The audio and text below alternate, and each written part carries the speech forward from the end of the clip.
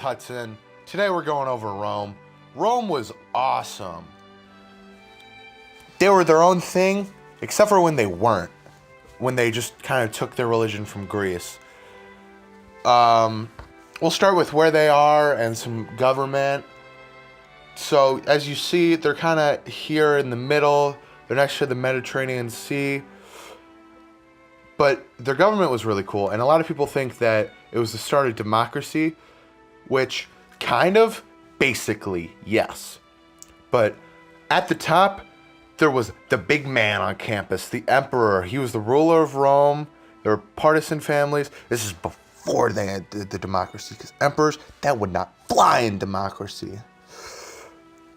Partisan families, wealthy, influential landowning families. Next in line were the senators, who, you guessed it, they worked in the Senate. Then equestrians, who were not horses, but wealthy landowners who had business, who chose business over politics. Poor people, plebeians, plebs for short. We call them plebs. Us sophisticates. Occupying that lowest level was the freed slaves and the normal slaves. Like I said earlier, their democracy is basically democracy. It starts at the top with the council, which they're the big kahunas now. There's two of them, and they each have the power to veto each other, and that came later. And they wore dope purple togas.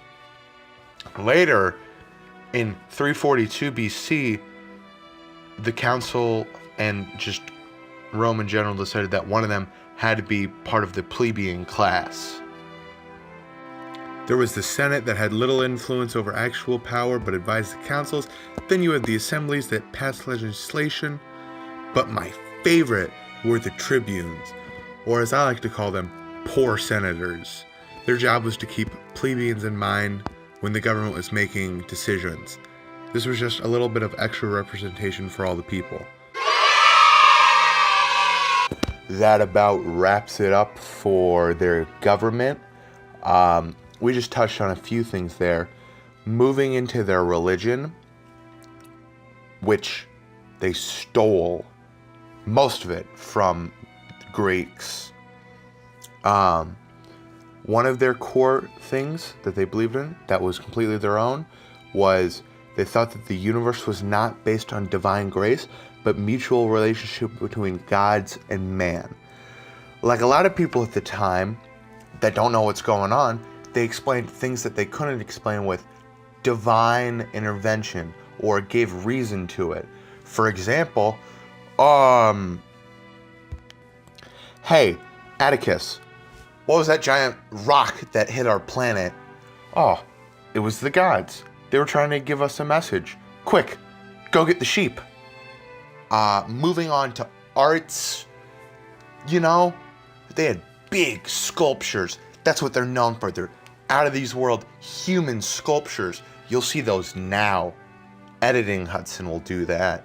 Luckily, they're made out of limestone and sandstone. They smart, but their school systems were kind of weird. Boys would learn things like honor, that was a class, physical education, and some simple maths. They could read and write. Girls, on the other hand, they would just learn to read and write. If anybody misbehaved, the teacher could whip them with a cane or a whip. But they didn't really have homework, so that's a plus.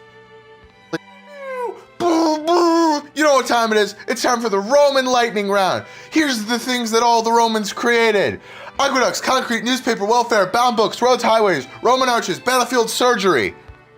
Lastly, we'll finish with their economy.